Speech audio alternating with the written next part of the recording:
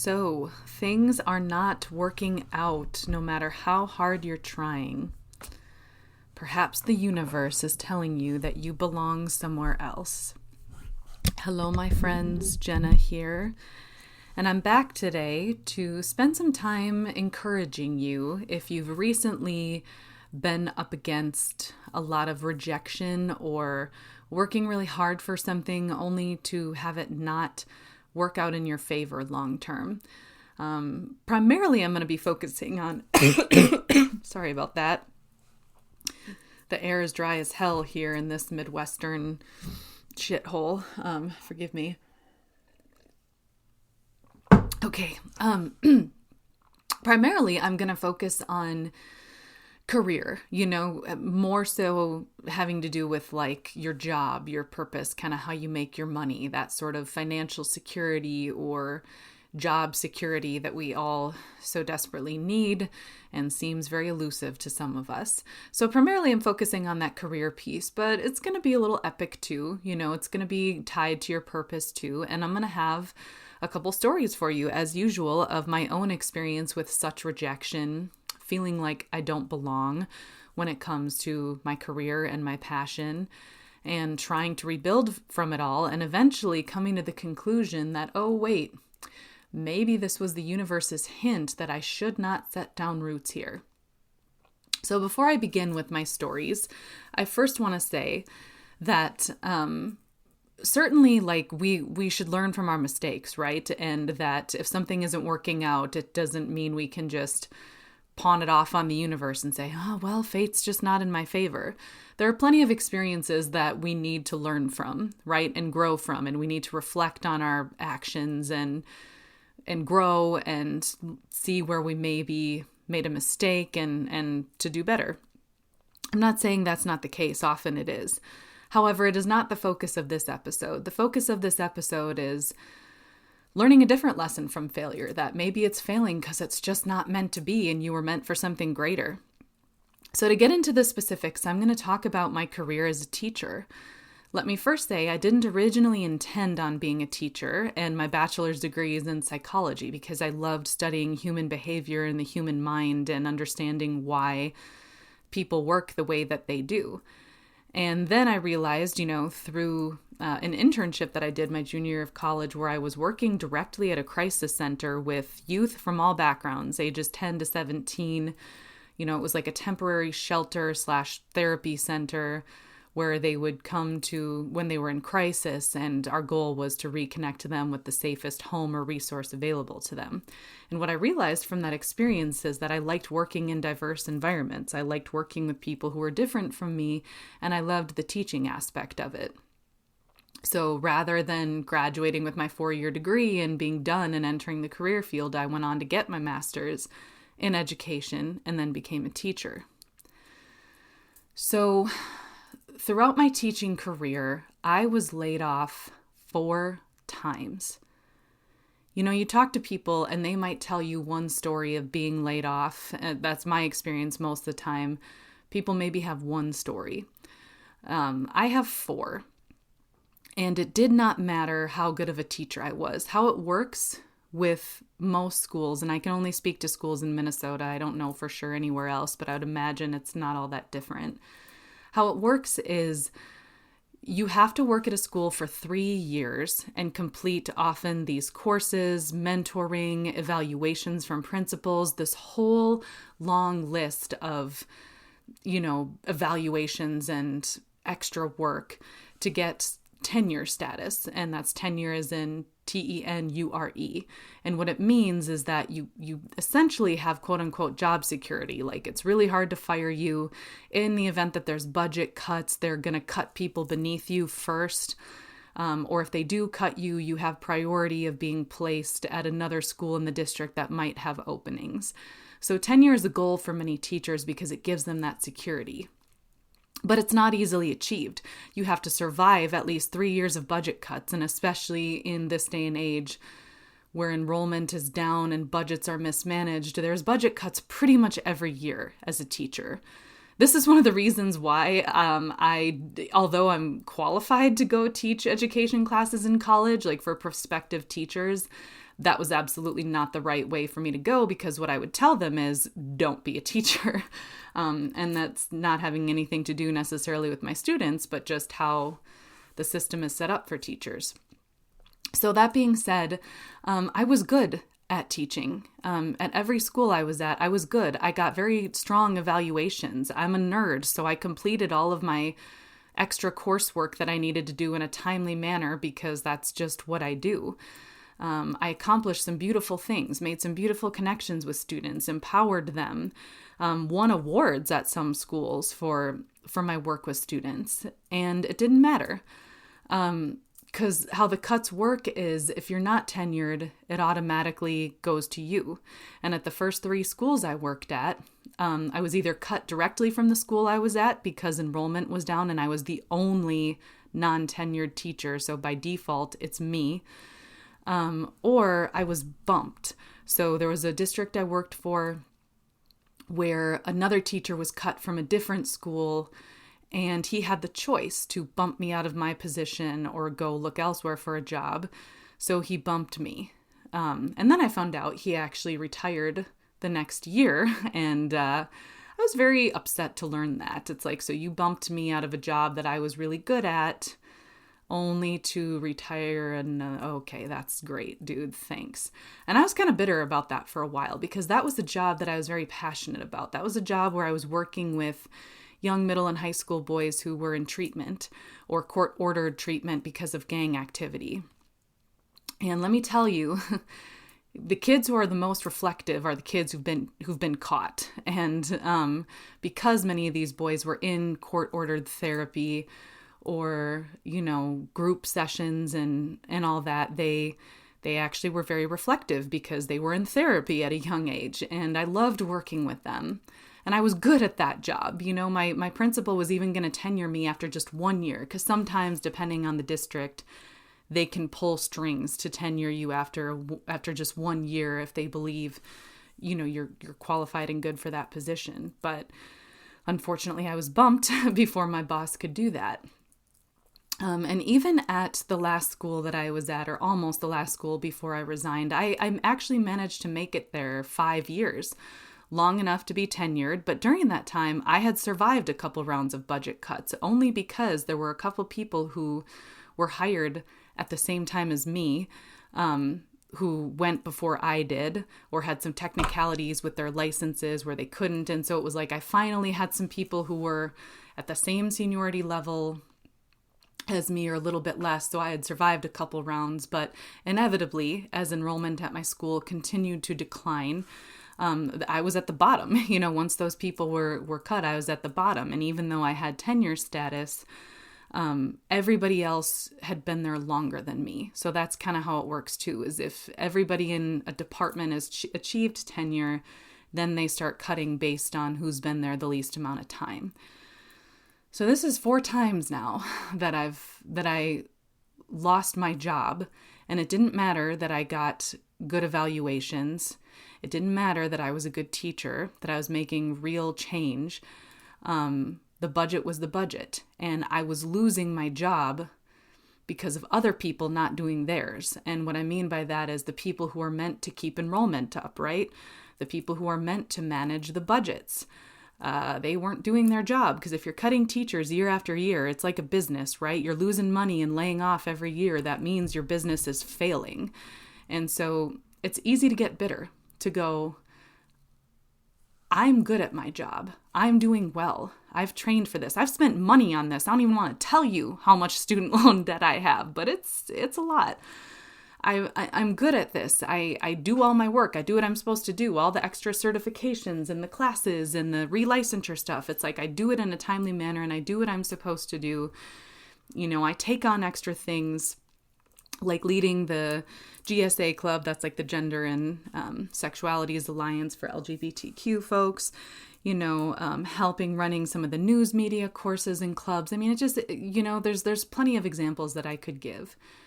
And year after year, I got so frustrated, especially because some of these layoffs happened in the midst of my divorce, in the midst of me losing my first home that I ever owned, in the midst of trying to rebuild financially as a single parent.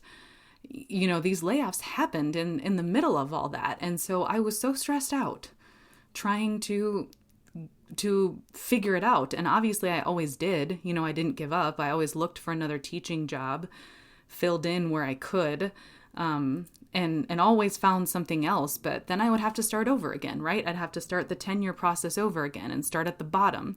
And the more that you keep getting laid off and starting at the bottom, you can't ever work your way up because you get cut before you can get the seniority that you need. So now, with that being said, it was exhausting. And with this most recent teaching job I got it because I was cut from my other building. And because I had tenure status, I had priority for other open jobs. And there was one open job and I interviewed for it and got it immediately. But I only lasted a few months there. And I don't really want to spend my time and energy talking about the issues with that place, but that was finally where I resigned. And I said, you know what, I'm done here. And there was some bitterness there too, even though that was only a few months ago, there, and I've grown. There was some bitterness there too of like, why have things gotten so bad that I just have to quit my job when I've worked so hard, when I've done so well, when I've clearly shown that I'm talented at what I do, that I even stand out in what I do as being exceptional. And here I am losing my job again because other people aren't doing theirs. It's infuriating. And, within the last couple of years, I have also been writing more, right? Like while I was teaching, I wrote my first novel and just continued. And as I was teaching, that continued to be a passion of mine. So even though I resigned from teaching, I had some other passions. It's just that I'm not making any money at those passions yet. So, they won't pay the bills. But, I looked at the situation and thought, okay, I finally had job security. I finally was making a really good salary as a teacher because of my master's degree and because of my years of experience. I was doing pretty well, yet it didn't work out. And recently I was just kind of thinking about all this because this is a time of reevaluation for me. This is a time where I am kind of taking a look at, okay, what's next? I know that I made the right decision to quit my job, but now what? And where that kind of led me was to a reflection of the last 10 or 11 years.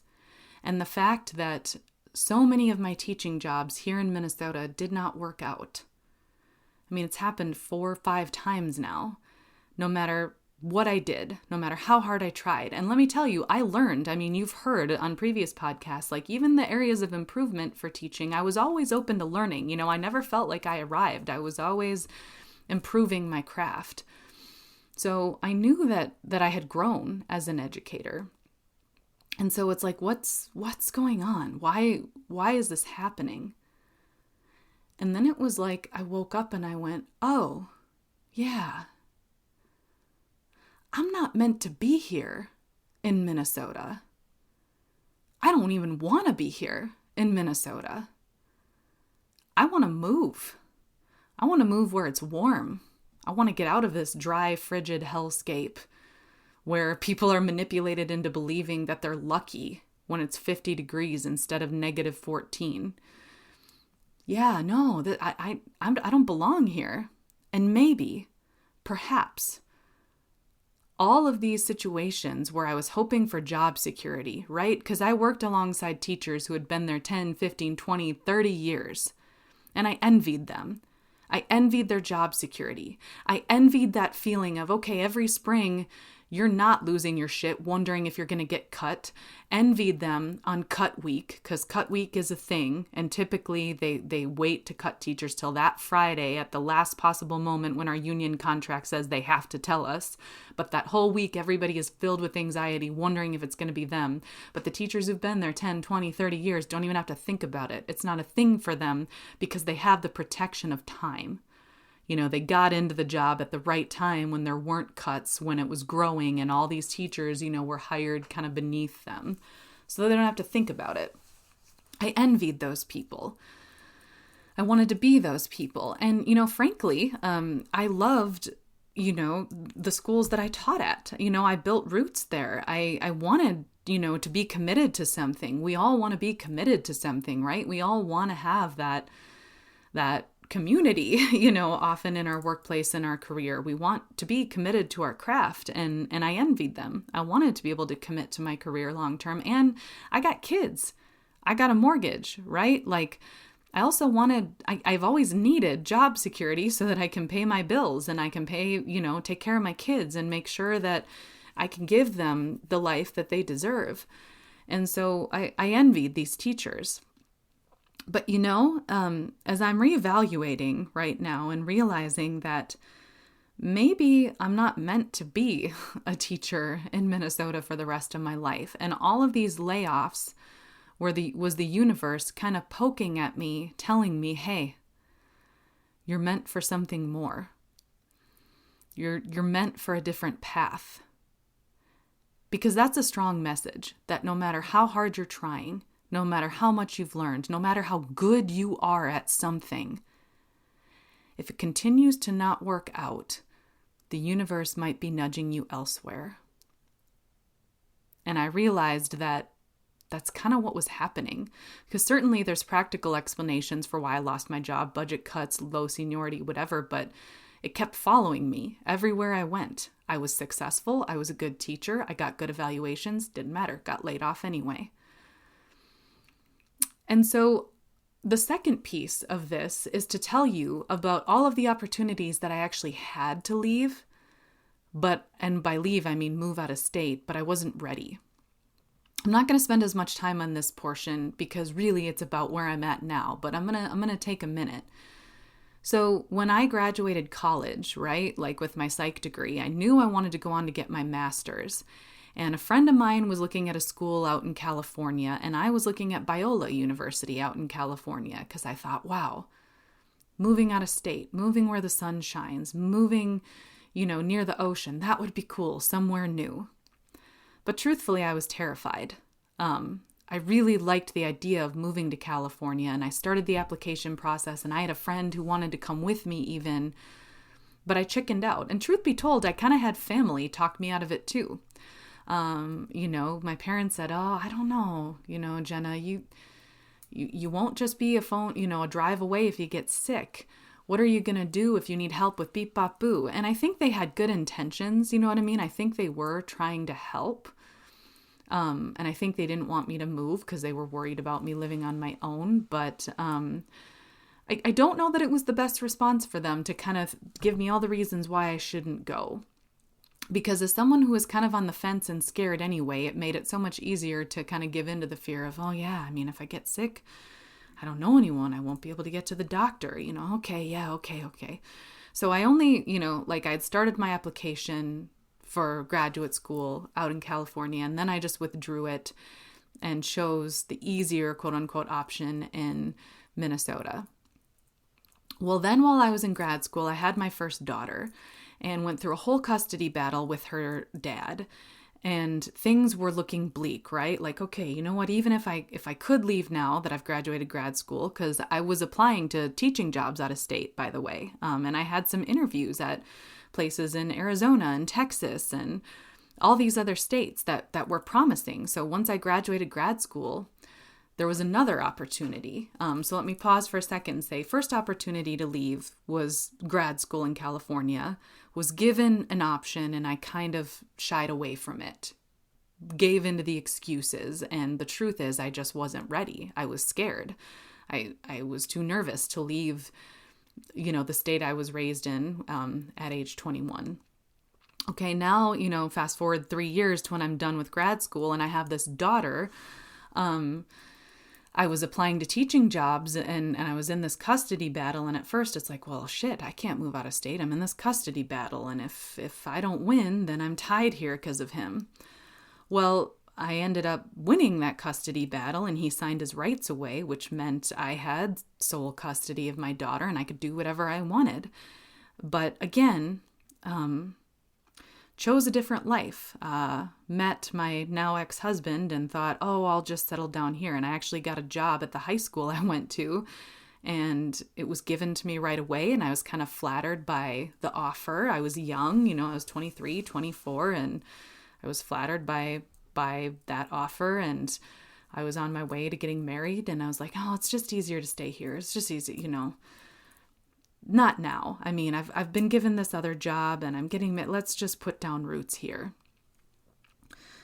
Well, fast forward again, and by now I'm kind of just established here. Like I got divorced and I had another child, but by then was when I was kind of dead inside a little bit. Like, this is when we enter the phase of me believing that I didn't deserve my dreams, right? I got divorced. I lost my house. I had been laid off a couple times by now. Now I've got 2 kids.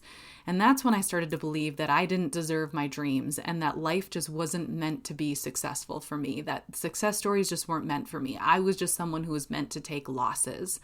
And I felt judged and shamed for getting divorced, for gaining weight, which I did gain weight at this time, losing my house, having 2 kids, and just not being able to maintain consistent job security, all that. And so it was at this point that I really kind of gave up on myself, and just settling was what I became about, and believed that I was just destined to just not win in life.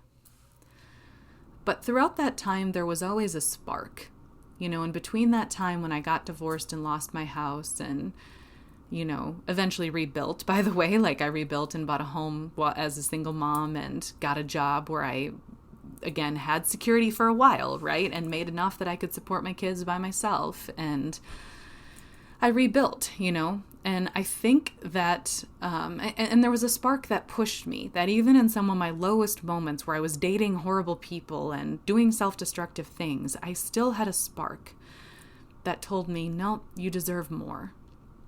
And it was during this time that I was buying my house, on my own, and working at a good job. It was a good teaching job at the time, that I also started writing my novel. Like, I actually finally started doing it whenever I could and believing that I had a good story to tell. And that spark kind of just kept growing. And I didn't live perfectly. I was writing this novel, living financially independently, all the while still kind of dating losers and feeling very lonely. So I did not live a perfect life, but there was a spark that was starting to grow. And eventually I met my husband. And that's when everything came alive, right? Because it's the simple experience of somebody actually believing in me. I learned recently about something called the Pygmalion effect on Jay Shetty's podcast. And basically, you can look it up, Pygmalion, like it's referring to, I think, that Greek reference. And I'm pretty sure it's spelled Pygmalion. I could be wrong, but it's something like that. And if I look it up right now, I'll get distracted from what I'm saying. So, Pygmalion effect.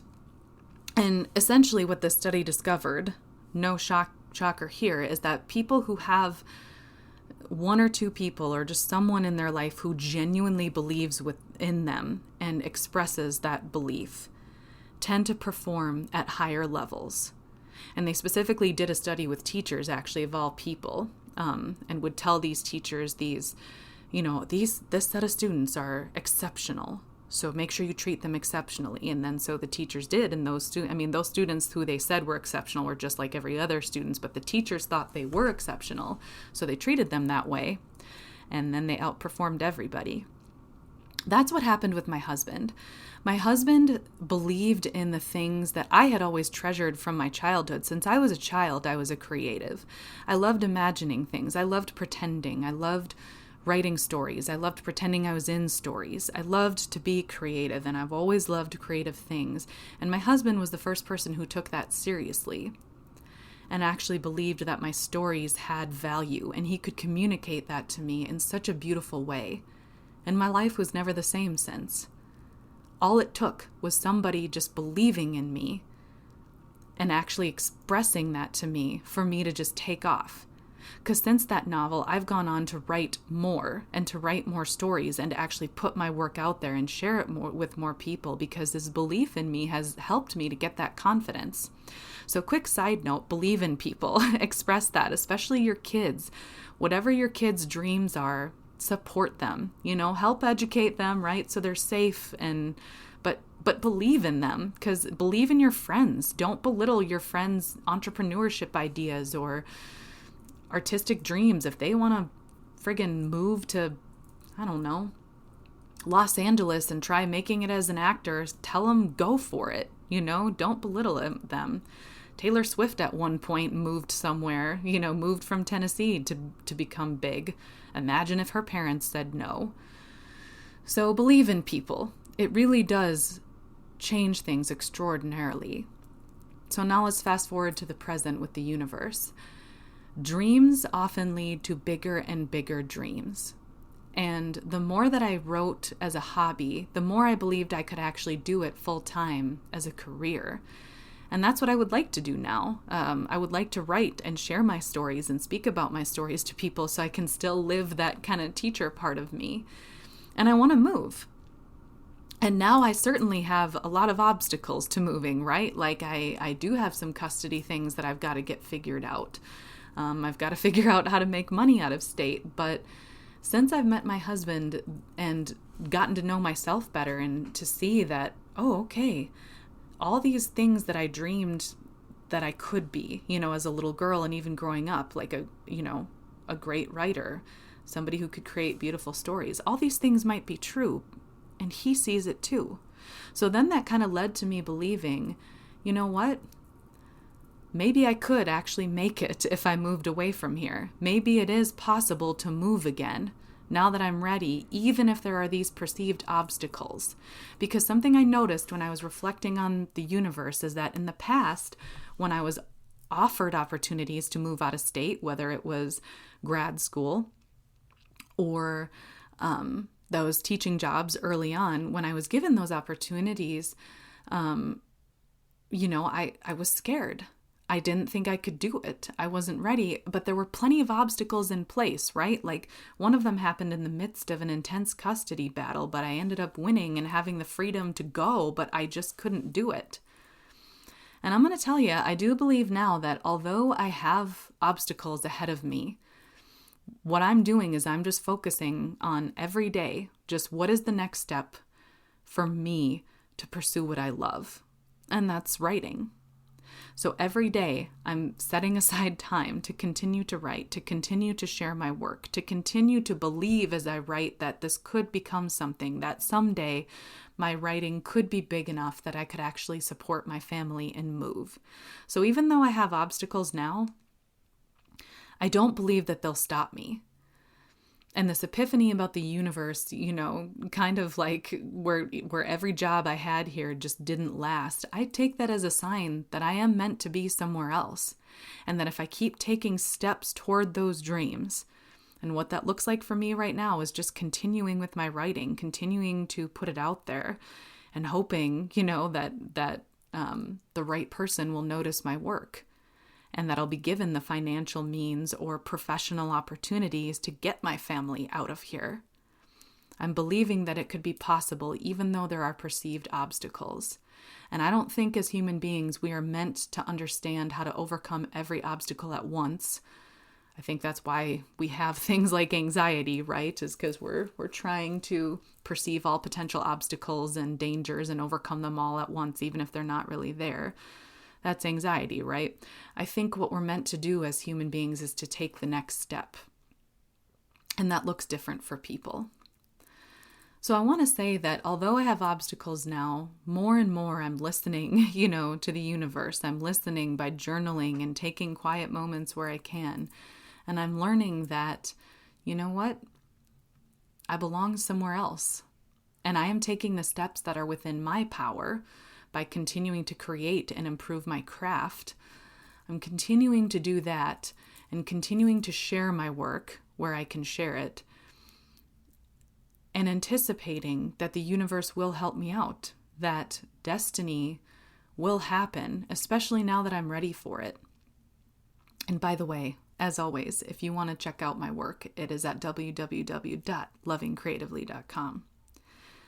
But my big message to you today is that it's really more of an invitation, I guess, to reflect on your own life, to reflect on, specifically your career or your dream. And if things just continue to not work out, Maybe it's a sign that you are meant for something else. Start asking yourself, well, where do I actually want to be?